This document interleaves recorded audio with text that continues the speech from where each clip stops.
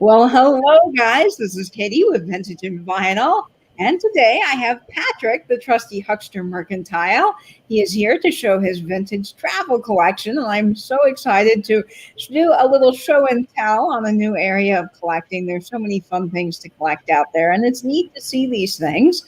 So, Patrick, welcome, and thank you so much for joining tonight. Tell us a little bit about your channel. Oh, thank you so much for having me. This is such a great idea to do these show and tells. And I was honored that you asked me to participate. And it was one of those cases where I wasn't sure what was the best thing to do, because people that know my channel might know some of the things that I collect. But I decided to go into a collection that doesn't get a lot of airtime because it's actually in my bedroom. So it tends not to get shown a lot. Yeah, so I started doing, I'm going to talk about my globe collection and really extending that into a travel collection. I don't really, focus on that area much for my business, Trusty Huckster Mercantile. I primarily have a reselling presence on Etsy. I also do some live sales. I can't think the last time I sold a globe, probably because if I find a globe, I'll keep it. But some of the things that go in there, I am at the point, this is a kind of philosophy I have for a lot of my collections. The area that I have this collection sitting is basically one very large shelf. It's a 6-foot shelf over the window in the bedroom. And so it's pretty full. So now what I'm doing is finding better examples of what's in the collection. So maybe I will start putting some stuff on sale as I retire things out of my personal collection. But it was a lot of fun getting ready for this and just kind of reminding myself why I have this collection, and I'm excited to be able to show it to everybody.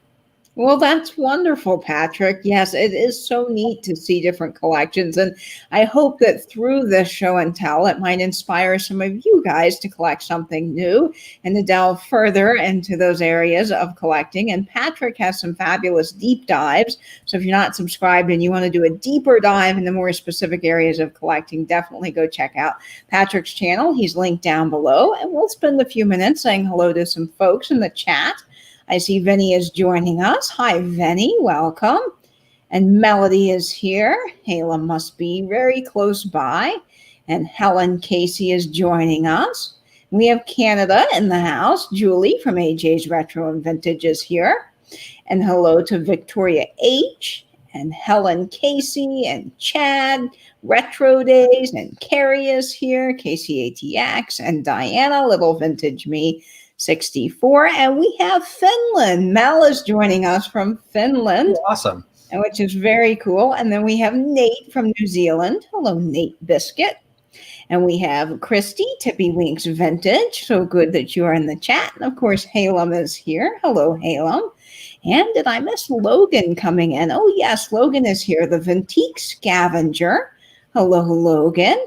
And Tammy is joining us, and Weeking Owl Antiques Barb. So many great friends in the chat. Oh, we have another Canada person in the house. Tia Fane is joining us. Hello, Tia Fane. And if I missed you, I am so sorry. The chat moves by pretty fast. And Sean is joining us from Key Totally Vintage. Awesome, guys. Thanks so much for joining in tonight. It's going to be really fun seeing this collection. Oh, and Kathy is here with First Stop Shop.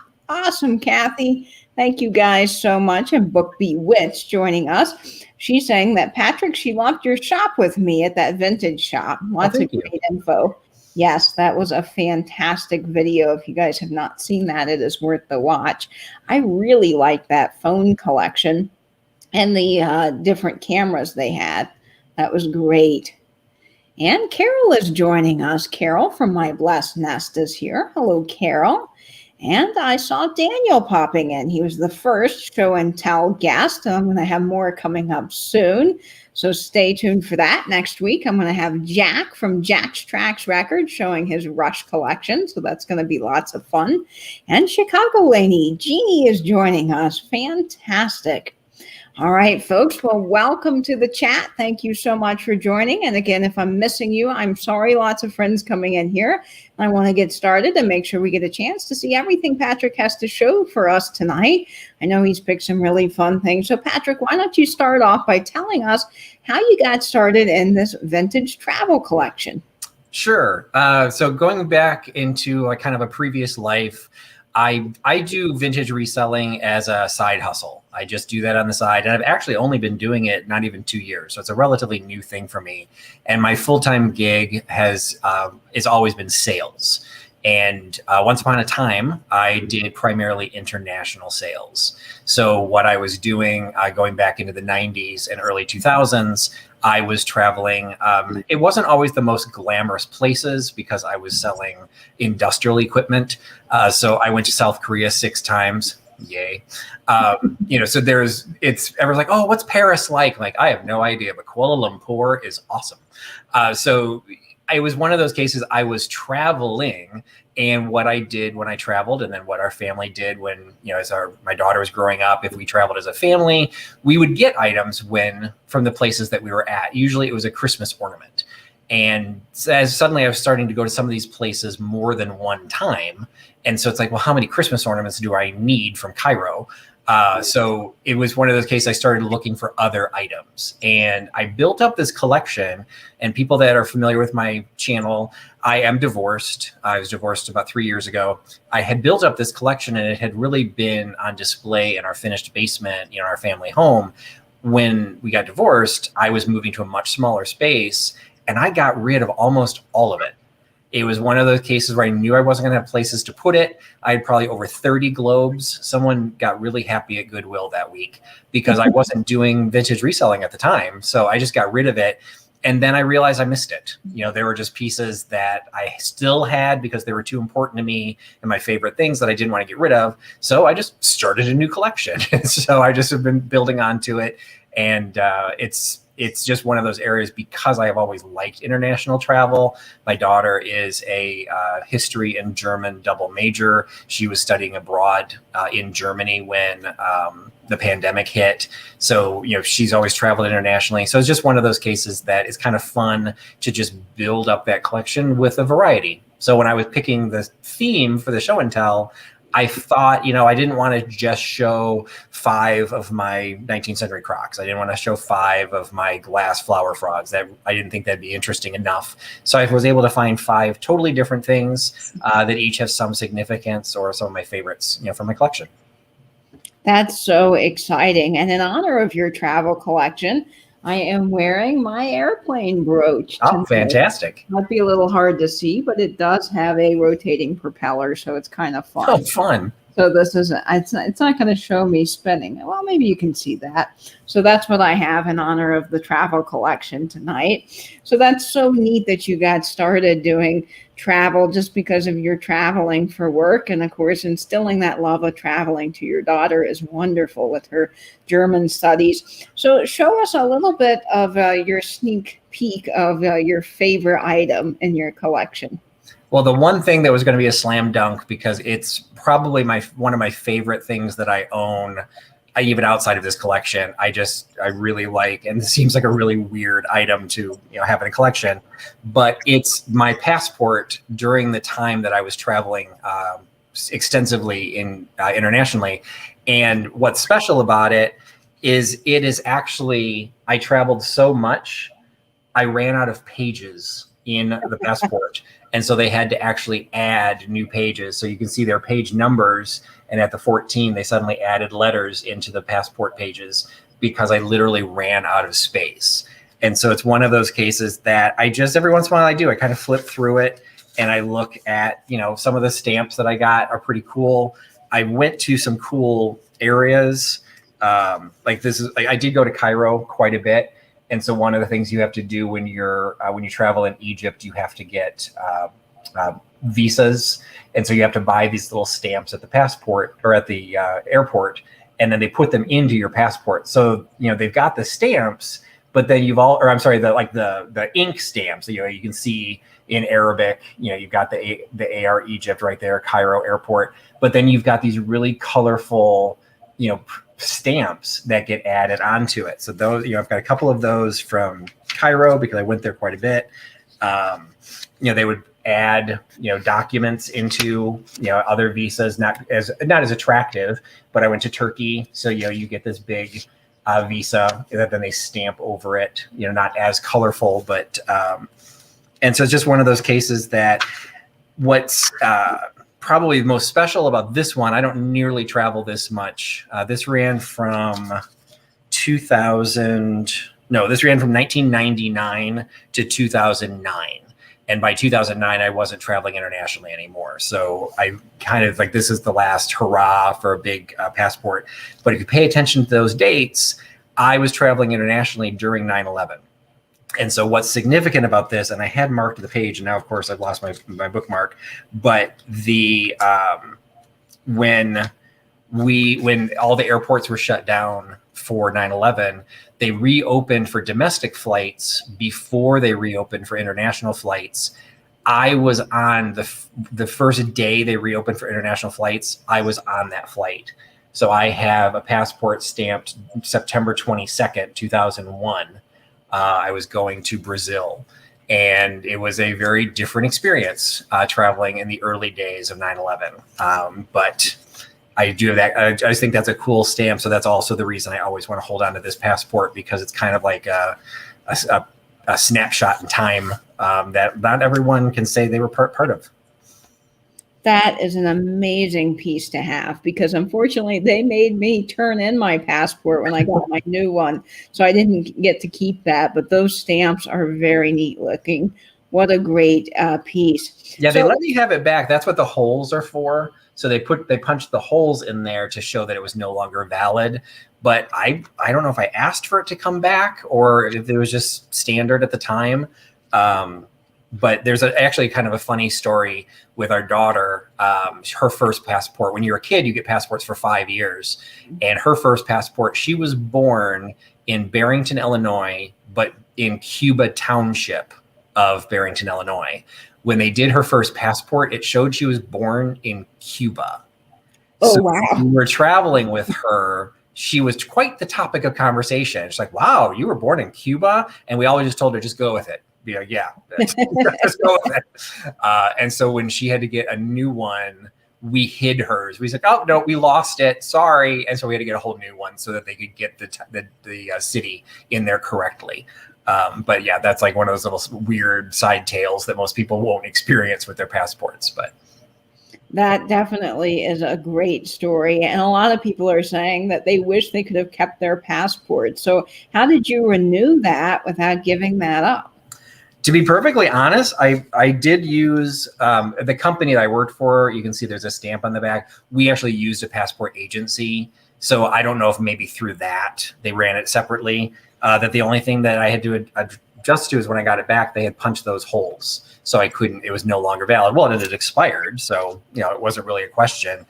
I don't remember making it a big deal to keep it, but I definitely wanted to keep it. So maybe I asked, like back in 2009, I can barely remember yesterday. So I have no idea what I said, but I'm very happy I got this. And it's just, it sits propped up right on the shelf. And it's like, basically front and center because it's a globe collection, but it's a travel collection. And this is one of my favorite pieces. Catherine Young saying that it will be very cool when vintage passports become ephemera. And I love that. I definitely think that will be fun to see. Now, have you ever thought about collecting different passports from other people that are vintage or antique? To be honest, I don't think I've ever come across them. If I did, I probably would pick them up because I think that could be a really fun collection.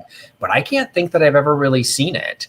I'm not even sure where my daughter's passport is, but that was one we wanted because my daughter got her first passport when she was 6.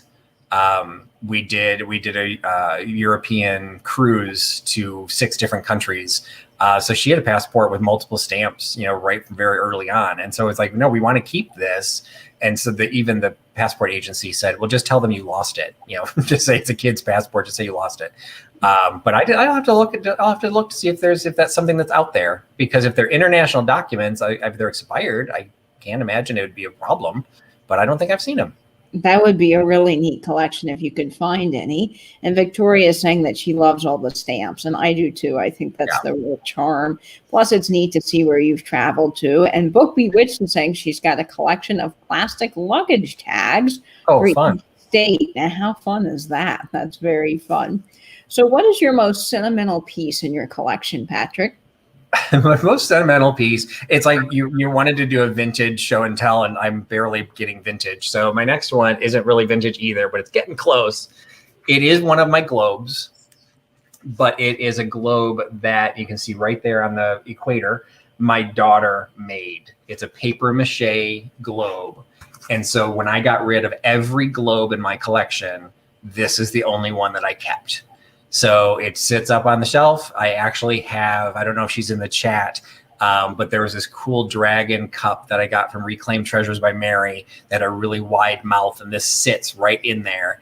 And it's just the goofiest globe because like she made it probably in kindergarten. There's no date to say specifically when she made it, so I'm not 100% sure. But I have a feeling it was after we moved. We used to, when she was really little, we lived on the East Coast. I think this was probably from after she came back. So maybe first grade, because I'm not sure this would have made the trip. It may not have survived if we shipped it. But yeah, I'm a little softy where my daughter is concerned. She probably doesn't even realize I have it. But it's my favorite globe. And, you know, it's got the continents on there instead of the countries, but they're all properly labeled. And I'm just happy to have it. Everybody is loving that and saying you're such a sweet dad. And that is a really, really special piece to have in your collection. And it doesn't matter that it's not vintage. It's still part of the travel collection. And it's a neat thing to have curated. Now, I know you touched a little bit on this earlier when you're talking about your shelf, but how do you display all of your vintage travel items? So in most cases, if I ever had an earthquake, the entire thing would just completely, it's like a house of cards because most of the items are kind of balancing on top of each other. So like I said, there's a kind of a fairly wide mouthed mug. It's not even a mug because there's no handle, just a cup that's really cool looking. It's a dragon, motif that I got from Reclaimed Treasures by Mary. So that kind of sits, and that's kind of in the back. And so since that's elevated, what's sitting right in front of that actually is the passport. So I go into a lot of levels, like just like what I do behind me. The big thing about, we're not going to get into, decorating, but you want to have levels and you want to have pyramids. So I do the same thing when I display pretty much all of my collections, but the travel stuff as well. And so there's a lot of layers, things are sitting in front of each other, things are balancing on top of each other. It doesn't always showcase it to its best content. But again, this is in my bedroom. So it's not something that the general public sees. When I have friends over, they're not coming up to my bedroom. So I know what's there and it's special to me. That is so neat. Yes, layers are very important in a display. Now, do you find any of the things that you collect vintage travel need to be preserved a special way, or they are just totally fine sitting on the shelf? For the most part, the bulk of the collection is not particularly valuable. The globes that I have added to the collection, I'm not even sure if any. There's probably one that would be considered vintage because it's it's one of the globes that has the radio channels in it. So that's probably from the 70s. But for the most part, it's above the window, so it's not getting any light. It is on the second floor, so you might get a little bit of heat rising up there. But for the most part, I don't have anything.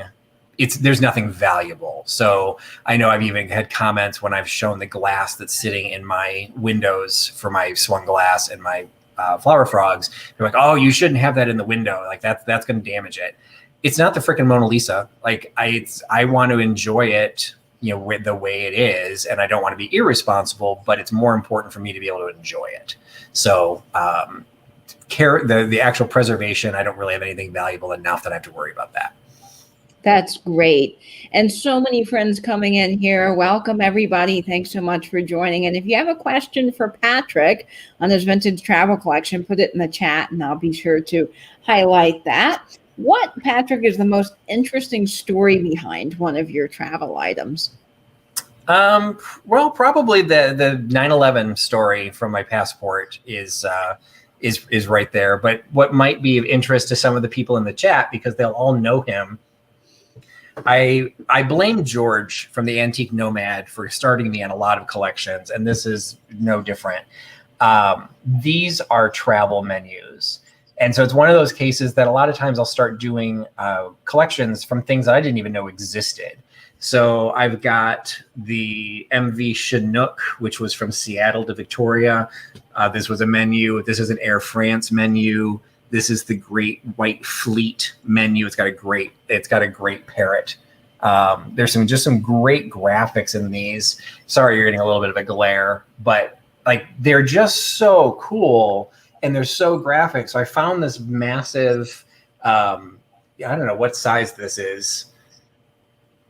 Probably more than 16 by 20, 18 by 24. I'm not sure what the size is, but I basically filled one of these with menus that I got from George, and then I added on. These aren't particularly rare. It's just one of those cases that you need to know to look for them.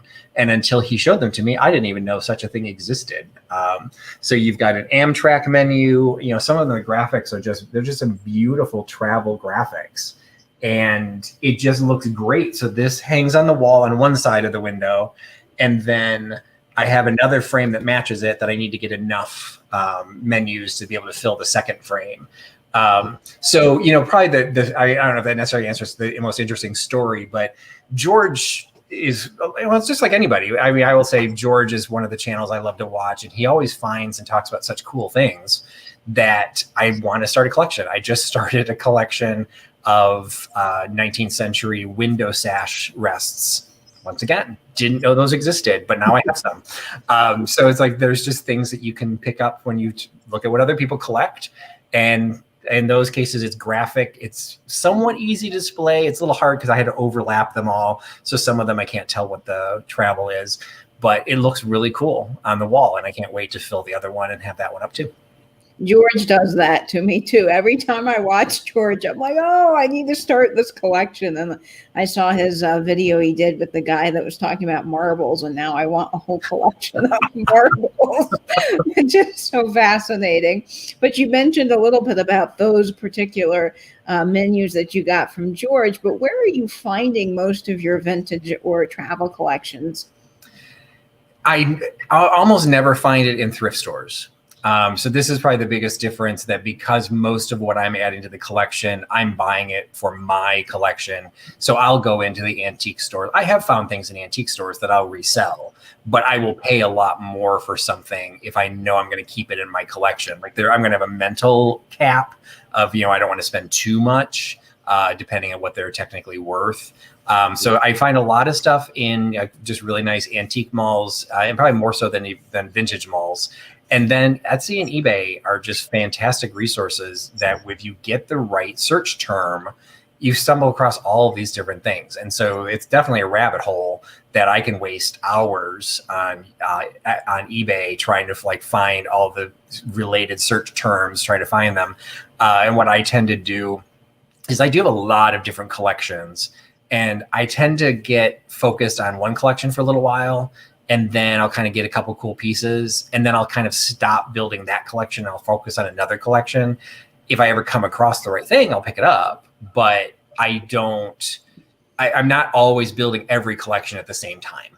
So I think a lot of us do that. And I know I do that as well with certain collections. Is I'll build up the vinyl collection for a little while, and then I'll say, okay, I've got enough vinyl. Now I'm going to go focus on depression glass or something to that effect. So I was curious what your most inexpensive item is in the collection. Well, probably a coaster. This is one of those cases where I have a kind of a sub collection in my collection of the 1964 World's Fair. And so one of the structures that was built for the World's Fair was the Unisphere, and that is the Unisphere. It still exists. It's one of the things that still exists for the 1964 World's Fair. And I probably have about 10 items up there that are throughout the shelf that all represent some level of the Unisphere. So when I was pulling something that I wanted to highlight, because I really like the Unisphere, the image of it, so I definitely want to find something that really showcases it. They were so plentiful, and it was from 1964. They don't go for that much money. This is actually a case where I think I did have one, and it wasn't in as good of condition. And so I went ahead and bought another one, and I think I sold the one that wasn't as good a condition because I always want to have the best condition I can. So this was probably it was probably under $5. I've got a swizzle stick that I probably paid less than $1 for, but it is from a defunct airline, and the logo actually has a globe at the end of the swizzle stick. So I have that kind of propped up there. So there's probably some less expensive things, but of the ones that I grabbed, this is, these are not expensive, and there's nothing from the New York World's Fair that's particularly expensive because it was so plentiful. You might still pay 20 or $30, but you're not going to pay a lot. And these types of things you don't find them as much here in Chicago, but these are the types of things you probably can find in thrift shops and Goodwills because somebody had it because they went there and now, they're done. I had a Expo 67, which was like the Montreal World's Fair. I had a little stamp passport from that. I sold that in one of my live sales, and I kind of wish I'd kept it, but I didn't go to the Expo 67 because I wasn't born yet. So I decided not to add that to my personal collection. But those types of things tend to not be super expensive because they're relatively common. I have a World's Fair guidebook from that year, and my grandmother has circled all the things they went to. But that is a really neat piece, and that globe can be seen in several movies too. I think Men in Black has that featured, which is neat. That's a really great collection, and of course, you have to have coasters because you're a coaster. Absolutely, you can never have too many coasters. Nope. So we talked a little bit about pricing, and you were saying that that's your most inexpensive item, but are there several items that you've been hoping to find that might be a little bit more expensive? I would probably say the next thing that I would probably invest into the collection will be the actual globes. The globes that I have are, in some cases, they're probably from Target. They're not vintage. They're not valuable.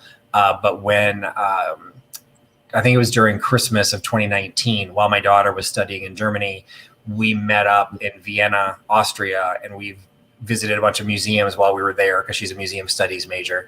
And we went to a globe museum, and it was just so cool because I didn't know all the details of how globes are made. We have a Replogo Globe is one of the bigger manufacturers, contemporary manufacturers, and that's based here in Chicago.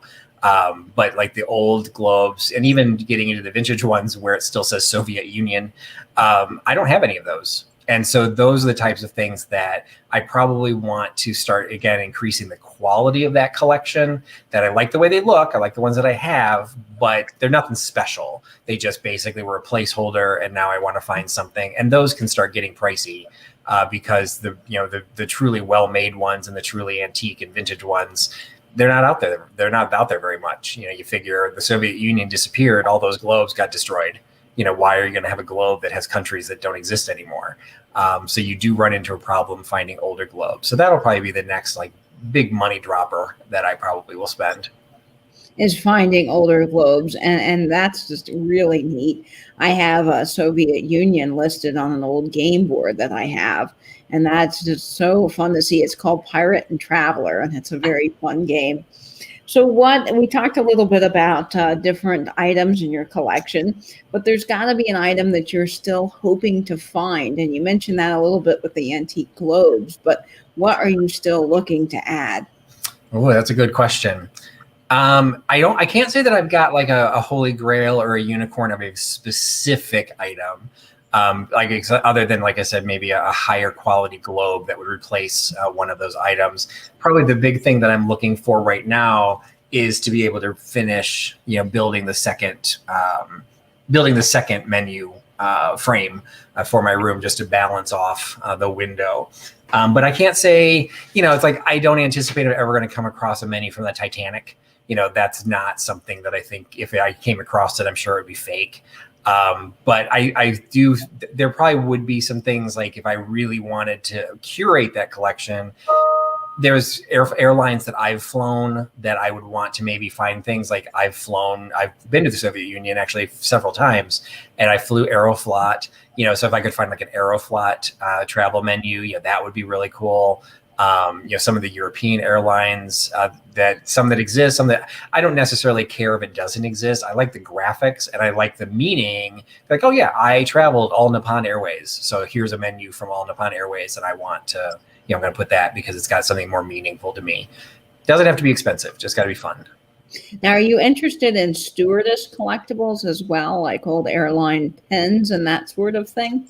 I've never really gone down that path. I'm not even sure what, like, I guess that would that be more of a TWA pin? Like what exactly? I don't even know what a stewardess pin would be. Like, would it just be the logo of the company? I have a TWA pin on. I should have worn it. I have this airplane pin on today, but I have a TWA pin that's the airplane, and it says TWA, and it's got 2 rhinestones in it. So it would have been a stewardess pin, and I'm sure there's got to be lots of stewardess type collectibles. I've also seen a whole bunch of Delta airline travel kits and things from over the years. Are those things that you are interested in as well? Probably the biggest thing that I have to be concerned about is how I'm going to display them. The smaller they are, because I have them up so high, like the pins make it would be difficult to probably see all of those. I have a little lenticular pin from the World's Fair, and it's very difficult to see because it's so high up there. It's too small to see. So I would need to kind of come up with like a little shadow box or something to do the small ones. So that's probably not an area that would necessarily interest me. I was trying to think what I've come across. I did come across one time, they do years of service pins. And so there was a different, like a rhinestone or something for the 5 years or 10 years. I didn't pick it up because, again, it was so small. I didn't think I'd have a way to display it. I do have an old half steamer trunk. I didn't bring that downstairs to show you, but that would be a little heavy. Yeah, that's one of my favorite items because it's not a size that you normally see. But again, like I've got to be careful where I'm going to display it. So fine tune and curate what I've got. Jamie is saying that she has a file saved somewhere that shows what countries to look for to figure out dates of globes. Excellent. Do you have something like that? And have you ever played around with that? The biggest, basically the obvious one is the Soviet Union. So that's what I'm always looking for because, again, I'm not really coming across antique globes necessarily. The other one is Burma versus Myanmar. That goes a little bit older. So, there was a couple countries that you can focus on to see, like, oh, okay, it's now calling it Myanmar. Okay, so that's actually newer. But if it says Burma, it's like, oh, okay, now we're back into like the 40s or 50s. So there are some things, but I've never had a book on it. Like I just kind of know useless geographic knowledge that I'm kind of like looking for the obvious stuff. And I see Proud American here is asking if you're multilingual. And I know your daughter speaks German, but do you? Yeah, once upon a time, I was my undergraduate degree. This is your useless information for the day. My undergraduate degree is in chemistry. And when we got that degree, this is again back in the 80s, they suggested you specialize in a language to be able to read the treatises and stuff that were being published. And they suggested French, German, or Russian. And I figured, push come to shove, I could pick up a dictionary and try and translate French and German. But yeah, I can't translate Russian. You don't know the alphabet, you can't do it. So I once upon a time knew Russian. I was never particularly conversational. Like I could carry on a conversation if it was in very limited categories. And I can still read the Cyrillic alphabet. And that's kind of a test I do when I see a sign or something. I'll try and figure out what it says. And sometimes I can translate it from that way. But I've lost it because I've had no use for it and nowhere to practice it. My daughter started, for those in the Midwest, you might be familiar with the Concordia Language Academies in Bemidji, Minnesota. She started going to those when she was 7. And she did that for 10 years. It was a summer camp, but it was a full immersion summer camp. You went up to the camp, you went through customs where they checked to make sure you had no food, no English language materials. They spoke to you only in German, and you never heard English again until you left. And so she really built that. And we did not speak German at home. My ex-wife did not speak German. That was something she just picked up. And so now she is fluent in German. She was very bitter when she had to come home because of the pandemic, as most of us were, because she wanted to really get even better. But hopefully someday she'll be able to go back. That is amazing. I would love to be able to speak multiple languages. And Mal is saying here, it's quite easy to find vintage globes where the Soviet Union still exists, but they have become more expensive year by year. Yeah. And Dave in the Med Center says that he's got a ton of globes and he has a pre-World War school map. Now, do you have any school maps in your collection? I do not. The only map I actually have is a world map.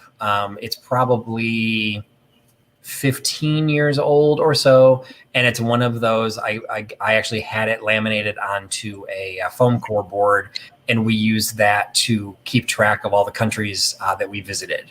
So Amelia, my daughter, has a little colored pin, for all the places that she's been. I've got a colored pin for all the places I've been. My ex-wife had a colored pin, and all of hers have magically disappeared. But so there's still a map with all the places that Amelia and I have been, and that's right above my bed. And that's the last thing I see when I go to bed. It just reminds me, particularly now, reminds me of what travel once was. Oh, yes. It will be so good to get back to traveling. I know we all miss it. I miss it too. So how many countries do you think you've been to? 35. 35 countries. That's incredible, Patrick. And Chad, Retro Days, has a question for you. He's saying, do you collect china or dinnerware from any of the airlines or railroads? I do not. I enjoy it, and I have definitely picked some up to resell, but that's not something that I've ever really pursued. I think Barb was still here. She's done a lot, and she's helped me, research. And I love when I find the railroad ones. I don't think I've ever had airline china. I think I had cruise line china once, and I think I've had train china once, but I don't think I've ever had airline. So I do come across it, but no, that's not something that, a lot of times it's just a big white dish with a little logo on it. And to me, that's not particularly graphically interesting. So I've never put those on display.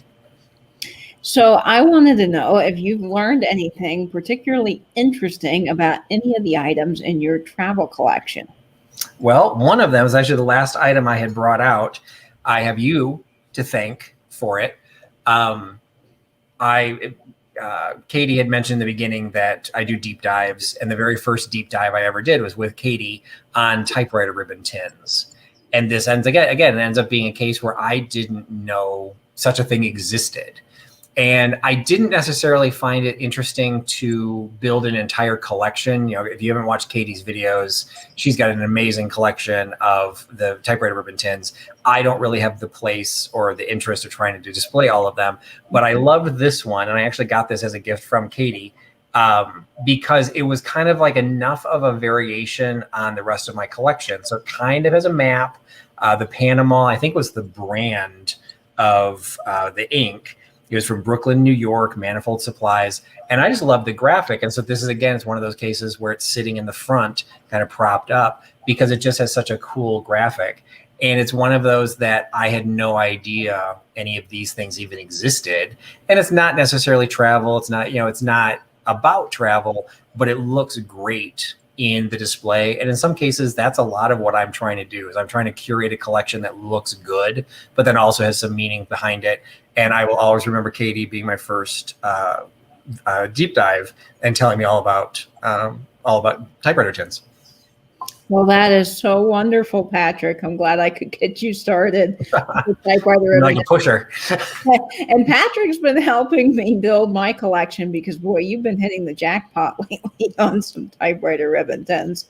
Well, I think a lot of the ones that we found, like, it seems like Chicago was a kind of a center of making them. And there's some that were made in Aurora, which is, I live in North Aurora, so it's like right next to me. So I think I've got I get spoiled by the geographic wealth that they're all available. And I'm happy to help you find them, but I've never necessarily wanted to build that collection for myself. You would run out of room. There's Absolutely. So little and there's so many made. Jamie is saying that her grandmother traveled the world and her favorite place was the Panama Canal. She said it was amazing to see. So what is your favorite place that you've ever been to? Oh, well, I would probably say it's Vienna. I had visited Vienna once before when Amelia, when my daughter was in, she either would have been in middle school or high school. So that was her third or fourth trip to Europe. and it was just her and me. We did the trip when she was really little. We did a cruise, and my ex-wife she does not like to travel. That's just, she recognized it. That's why we did the cruise, so that she wasn't moving between airports, like she could unpack her bags. But she was, by the last stop in the cruise, she never got off the ship. She just absolutely hated it. So we planned our next trip was just a daddy-daughter trip, and we went to Vienna, and it was a place that I knew nothing about. It was a place I'd never been. And that's what I really like about travel. Like, it's one of those cases. London is lovely, but every time I turned around, like, I've seen that. I haven't seen it in person, but I've seen it because, television shows, movies, everybody's in London. So you've seen all that stuff. So Vienna was one of those that I just didn't know much about it. And I just fell in love with the history of the place, the architecture. I'm a big architectural buff. I just love the architecture and the history of building up their Ringstrasse. Brussels was another place that I was absolutely enamored with because I knew nothing about it. And you turn the corner and you see, we happened to be there during their the floral exhibit. I can't remember what they call it, but they basically, the Grand Place is this cobblestone, open area between all of these old buildings. It was literally covered with flowers in a big floral carpet. And I'm like, that is just, it's awesome. So that's always been a personal favorite. A lot of the stuff where I've traveled was for work. And so sometimes I didn't get to see a lot of it. Like, I basically went in there and then went right back out. Twice I did an around the world airline ticket. I don't know if they still offer those, but it was a few $1,000s. And basically, as long as you continue traveling in the same direction, you can make as many stops as you want. So I did like a 2 or 3 week trip where I just hit like 15 different countries for business. But by the time I was done, I was exhausted. Like, I was barely seeing anything. I was seeing the conference center and then the hotel. Yeah. That is absolutely amazing. The fact that you could just travel to all those different countries sounds like pure heaven to me. So do you have anything else, Patrick, that you want to show for your vintage travel collection? No, that was my 5, the 5 that you had asked me to prep for, and the rest are upstairs. So I didn't bring anything else down. Well, you can't bring everything down. Right. As it was, I'm sitting here trying to pull things out of the exhibit without like collapsing everything else behind it. But there's a couple cool things. My daughter had picked me up. Again, it's not vintage. She got me for me as a Father's Day gift. You guys have maybe you've seen them. It's a whiskey bottle that has a blown glass schooner ship in the middle of it. That you're supposed to be. It's like a decanter for whiskey, and then little globe glasses. So again, not old, but because it came from my daughter, that's up there. I've got some really cool. I really do like the New York World's Fair pieces. There's a couple really cool pieces. I've got a Stein, which is really pretty. I've got I can't remember if it was Jim Beam, but I've got a white alcohol bottle that's the unisphere on the bottom, and then kind of a tower coming off of it. That's kind of cool. One of the things I almost pulled was back in 1990. It would have been the early 90s. I worked with an individual who was from China, and he did those little paper cuttings, the really thin, detailed paper cuttings, and he gave me one of those. And I've had that ever since. And it's a little panda bear that's mounted on a board. And I don't come across those very often, but the fact that I knew the guy that made it, I thought was kind of cool. So I almost showed that, but I think that got bumped for one of these others. I think it's neat to find those special pieces that that people have handmade and you got to see it. And that's just amazing. We have a really interesting question coming in from Proud American. He's asking if you have anything that might be haunted. Probably the short answer to that would be I'm not 100% sure I'm in the haunting camp. That I'm not sure if that kind of thing exists. I don't think I've got anything old enough that would be like historically haunted. Getting into this, I'd probably be more concerned, the older pieces, that there might be some bad juju that's carrying along with it. But I would just say kind of in general, that's not something I think about a lot. So I can't say that I'd have anything that I like. Nothing has leapt off the shelf. Nothing's burst into flames. My walls don't bleed, so in general, I think I'm okay, but Well, as we wrap up here tonight, I wanted to ask Patrick, what is your main tip for people getting into the world of vintage travel? What do you recommend when they're wanting to start a collection? Everything, just like any type of collecting, you got to have fun doing it. So the best thing you can do is, I've only showed a handful of items. Do an eBay search, do an Etsy search, like just throw some terms in there, travel or globes or passports, things that you think might be interesting, and see what's available. And then also what's available in your price point. I tried to start a collection of sewer tile figures based on a friend of mine's collection. Problem is her collection, every figure she has would retail for thousands of dollars. And so as I tried to build my collection, I don't have that kind of an income. I was getting these really paltry, I wasn't excited by them because I couldn't afford the really nice ones. So I kind of started moving away from that collection because it wasn't right for me. So you have to consider what your resources are. Everyone has a slightly different philosophy. Even in some of my glass, and I'd say my most valuable collection is my glass. Some of the glass, I up until very recently, I had a piece of glass from Target, sitting right next to a $1,500 piece of Latin. So it's, in some cases, you're going to have placeholders. I would rather have that collection and then again replace it with something better. But then at least you can show a collection that you still curated, even if you did it a little bit fast. Now, some people don't believe in that. They're like, oh, no, you have to wait until you get the right piece. But if you're trying to build, $1,000 sewer tile collection, I would probably be able to buy one a year. Well, then what's the collection? Now it's just a one figure. So keep that in mind. Resources are definitely a piece, but you find the pieces that you're excited by, either because it's graphic or because it's, it can be in a price point. The best thing about the typewriter ribbon tins is, I am finding all kinds of them for you, and they're not expensive. There's some absolutely amazing graphics that are coming out of these that, if I wanted to build a collection, like, you could do it fairly quickly. But just, figure out what you like and then collect what you like, not what somebody else tells you to collect or says you should collect. I have some really weird collections. I have weird, not weird, it's just unique collections. Like, I've got collections that people know a lot of people wouldn't collect. So, but that's me. Like, that's what I want. So that's what's the most important. Pick what you like, find a budget that works for you, and then build it up and then show it off. I think that's some great advice, Patrick, and I totally agree. I think just finding something that sparks your joy, sparks your love, really helps with collection, because then you become passionate about it. And I think for me, the graphics on those beautiful menus you showed just pull you in, and that might be something I need to start collecting now. Well, it was so fun having you on, Patrick. Guys, if you are not subscribed to Patrick, the Trusty Huckster Mercantile, please go subscribe to him. He has a fantastic channel. And when are your live sales, Patrick? You're going to have one coming up this Thursday, right? Yes. My live sales are always on Thursdays at 8 p.m. Eastern on my channel. And I saw I have a regular sale tomorrow. And then I just got confirmation, and because I like literally today, I got confirmation I'm going to be doing a group sale next week. So I actually can announce here on your channel first. I haven't even announced on my own. The group sale is going to be Stephanie with Thrifting Adventures, Crafty Jackie, and the George from the Antique Nomad.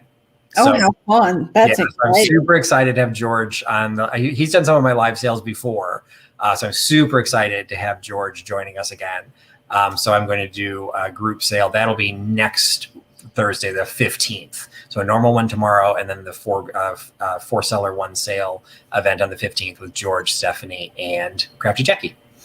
That is going to be awesome. And I can't wait to see George with everybody. That's just going to be a lot of fun. So make sure you guys tune in to that. And again, thank you, Patrick, for coming on and showing and telling.